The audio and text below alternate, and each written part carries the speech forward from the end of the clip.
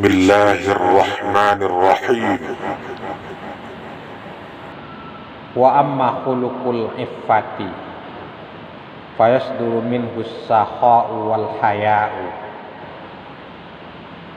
was-sabru wal musamahatu wal qana'atu wal wara'u wal latafatu wal musa'adatu wal zarfu wa qillatut tam'i. Adapun akhlak iffah yang terjemahan bebas ke dalam bahasa kita, iffah, akhlak atau kemampuan di dalam menjaga kesucian diri. Akhlak iffah itu darinya akan muncul sifat as-sakha, dermawan,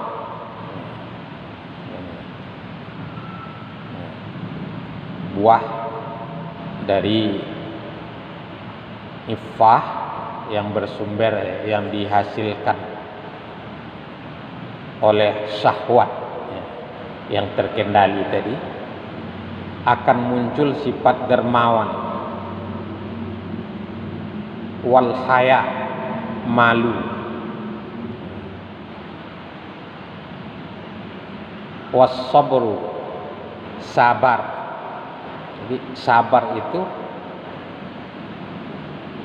merupakan buah atau cabang dari budi pekerti yang disebut dengan iffah. Wal musamahah, toleran, batul azwar, tenggang rasa. Kalau orang tak punya iffah, dia itu tidak akan toleran, dirinya saja yang akan diperhatikan. Wal qanaa'ah, sifat qanaa'ah. Qanaa'ah itu merasa cukup dengan nikmat yang ada. Itu qanaa'ah. Air setitik dilawikan, apa namanya itu qanaa'ah. Walaupun sobok, merasa cukup dengan yang ada. Itu dari iffah, muncul dari iffah tadi. Kemudian wal wara, wara itu kesalehan, wara, kesalehan. Wal latafatu, kehalusan atau kelembutan. Iffah membuahkan al-latafah, kehalusan, halus budi pekertinya, tidak kasar. Wal musa'adatu, saling menolong. Ini dari iffah, saling menolong, mau menolong orang yang lain. Kemudian wazarfu, kerapihan, rapi dalam berpakaian, dia rapi.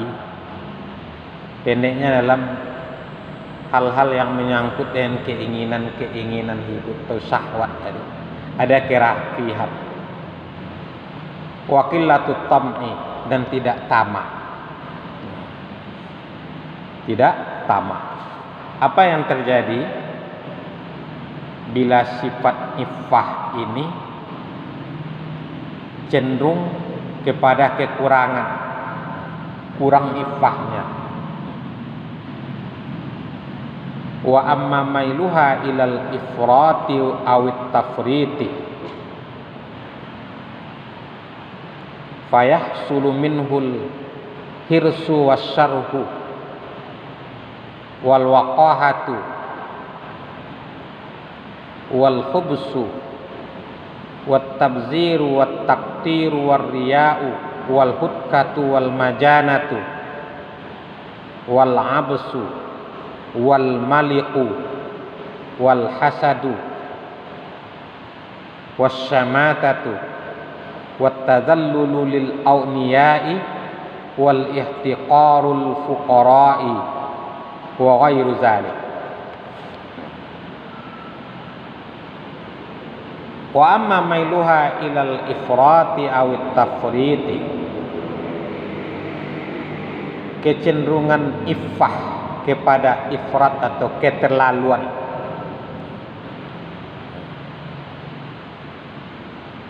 awit tafrit atau kekurangan, berlebih-lebihan pula iffahnya, pengendalian syahwatnya. Iffah itu pengendalian syahwat atau berkekurangan. Fayasulu minhu, akan menghasilkan al-hirsu, sifat rakus, uang panjang aja, rakus. Kalau makan tidak cukup dengan makanan sekian piring saja. Kalau perlu yang dimakan bukan saja makanan, batu, besi juga dimakan. Manusia juga dimakan. Itu al-hirsu rakus. Wasyarhu syahya. Rakus itu tamak. Asyarhu, kalau bahasa kita rakus dengan tamak itu sama. Jadi sulit juga mencari terjemahan yang benar. Justru itu kalau saya sebelum mengaji ini, itu kalau tidak ada luang waktu untuk telaah, sulit untuk memahami. Sebab antara al-hirsu wasyarhu itu sama-sama terjemahannya, tamak, rakus. Wal waqahatu, tak tahu malu. Tak tahu malu dia.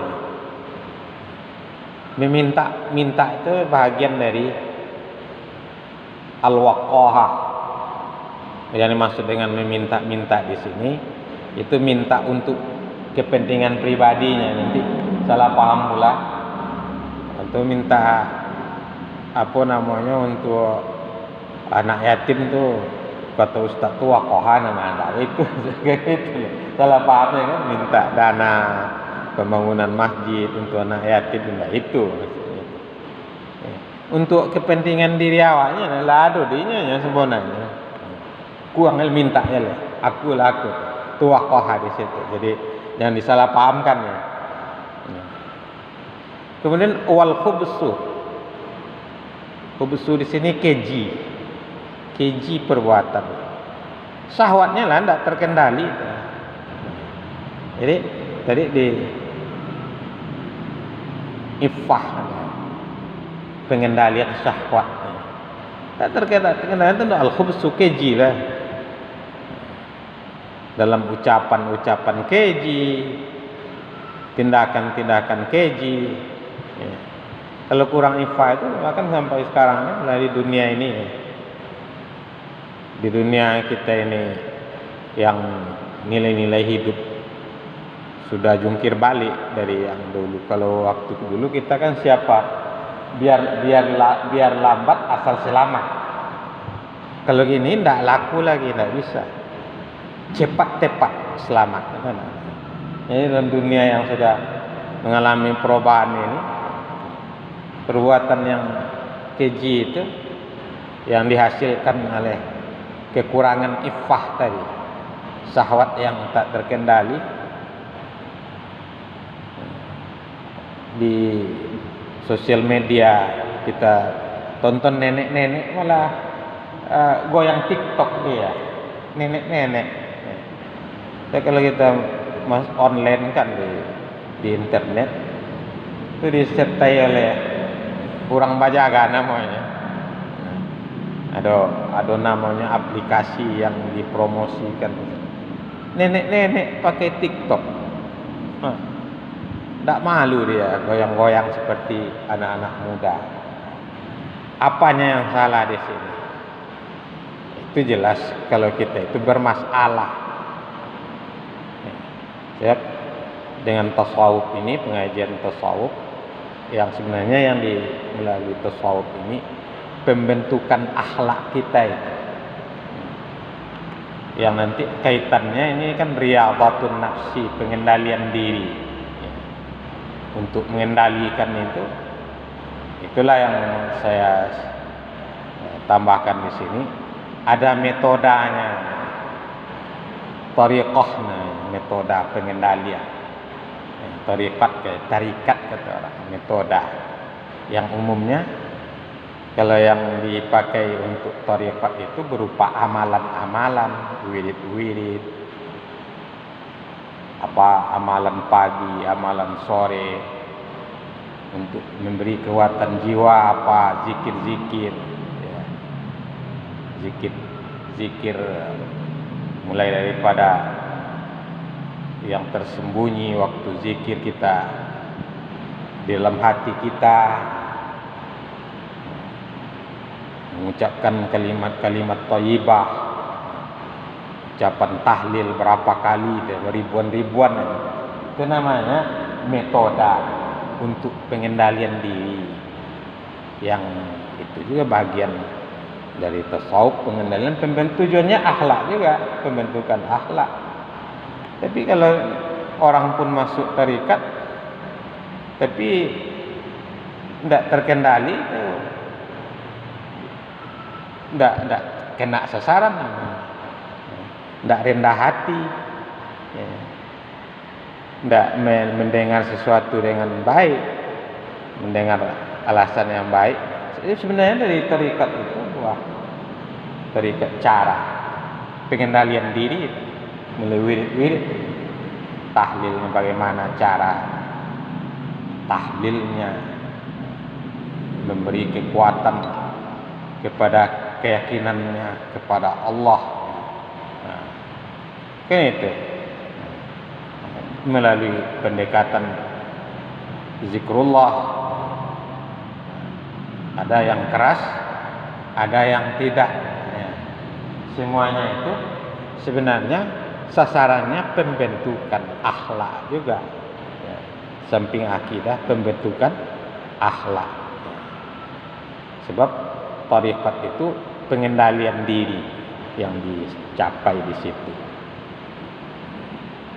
Nah, kembali kepada ifah yang kurang tadi. Kalau tadi wal khubsu, keji, nafsunya itu keji. Wat tabzir, boros dalam pengeluaran perbelanjaan, enggak apa namanya, enggak ada perhitungannya. Ketika ada ya habis, enggak ada perhitungan. Itu sifat ifrat dan tafrid, keterlaluan dan kekurangan yang dihasilkan dari kurangnya iffah tadi, atau berlebihnya iffah tadi. Warriya, apa itu lagi, riya sudah bahasa kita, pamer apa yang dikerjakan dalam ibadah, pamer dalam berpakaian, pamer. Wal hudkah, riya tambah pula dengan al-hudkah, ya tabzir wa taktir wa riya, boros, kedekut, riya, suka membuka aib orang, wal hudkah. Wal majana, tak tahu malu, tidak tahu malu,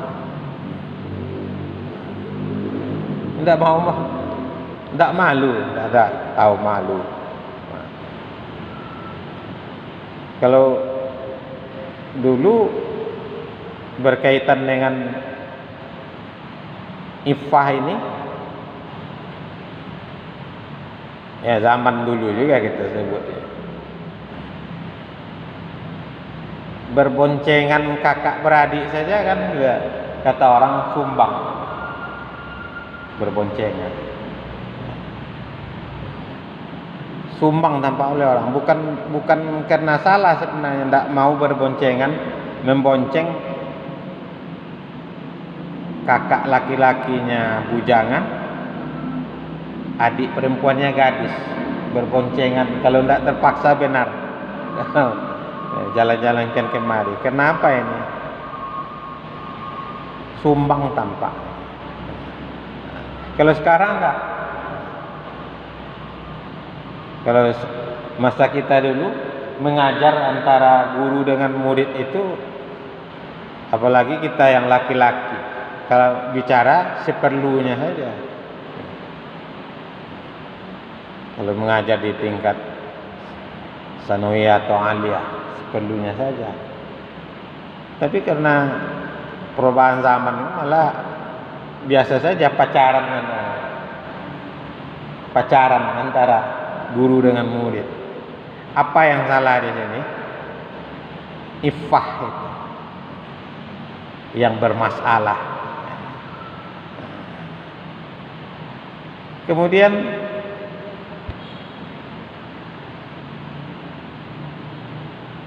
al-absu, sendagurau, bolok-olok panjang ini.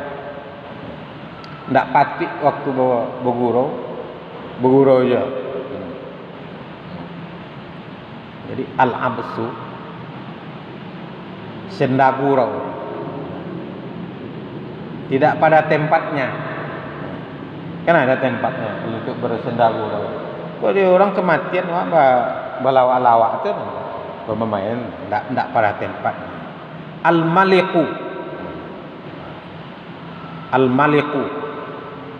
kalau huruf kaf al-maliku milik, kalau atau raja. Tapi al-malik huruf qaf, al-maliku huruf qaf, malik,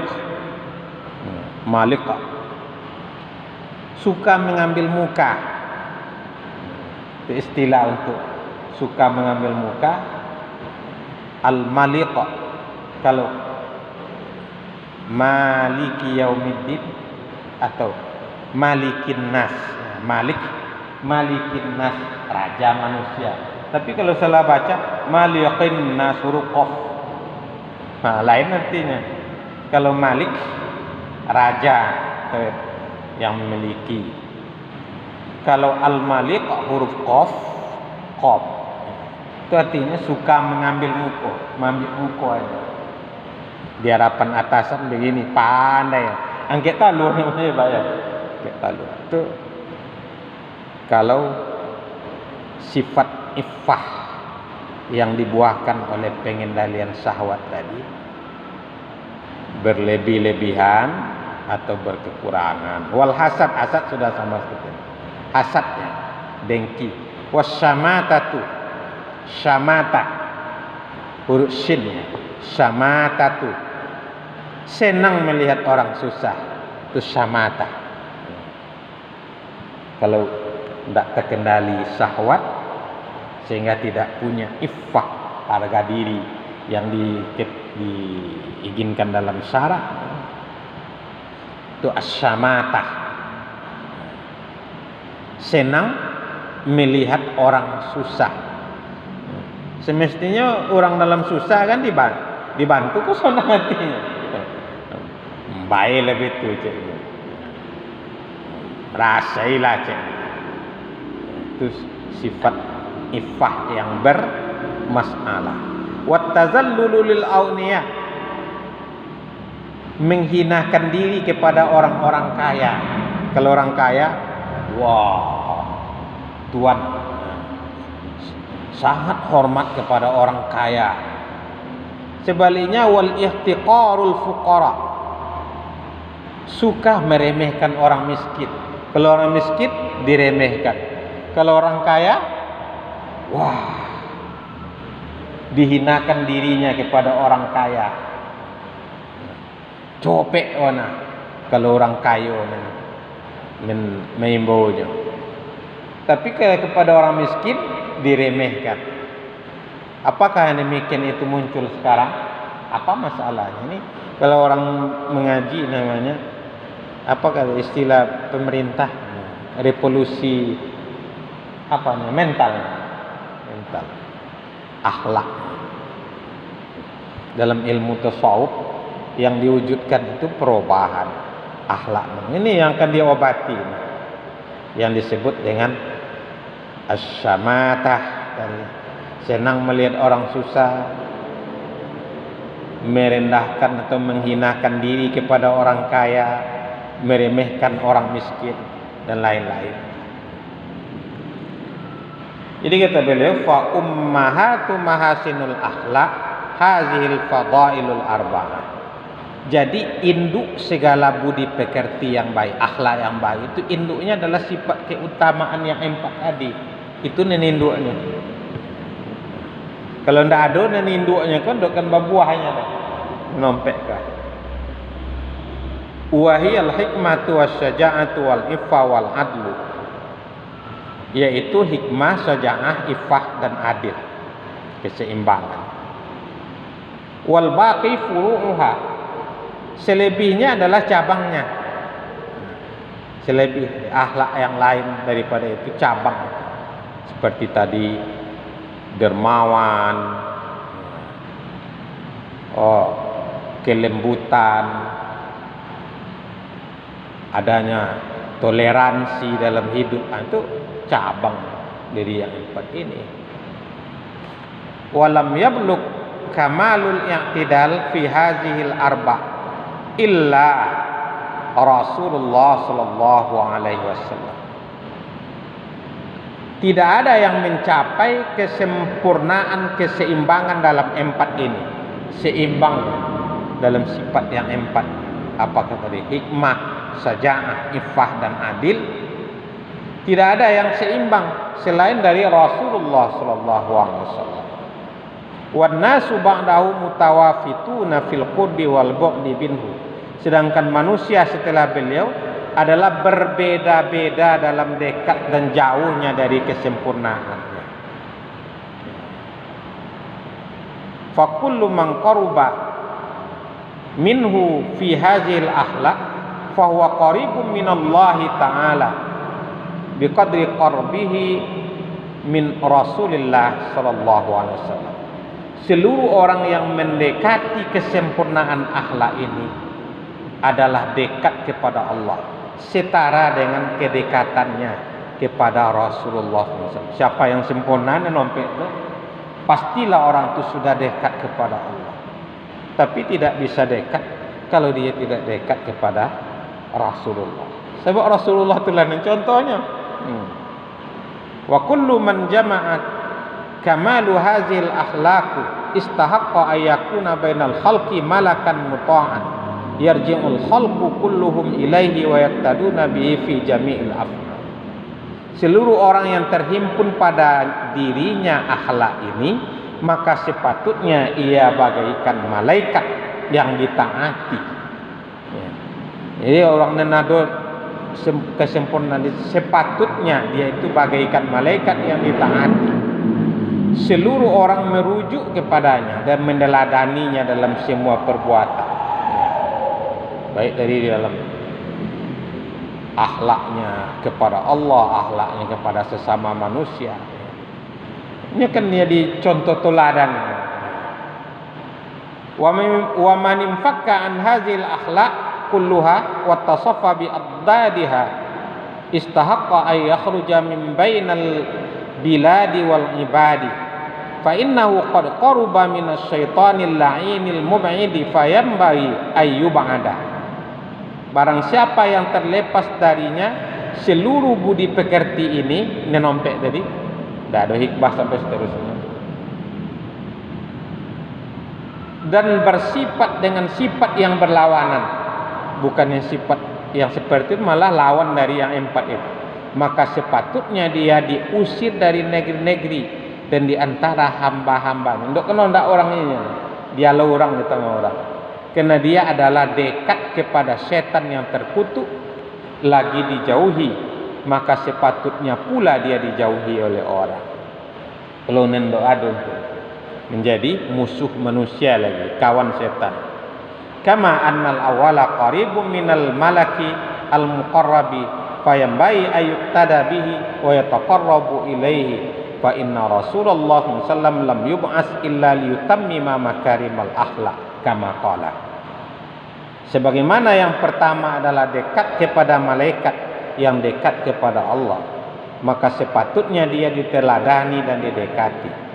Maka sesungguhnya Rasulullah SAW tiada diutus kecuali untuk menyempurnakan budi pekerti yang mulia, seperti sabda beliau yang innama buistu liutammima makarimal akhlaq.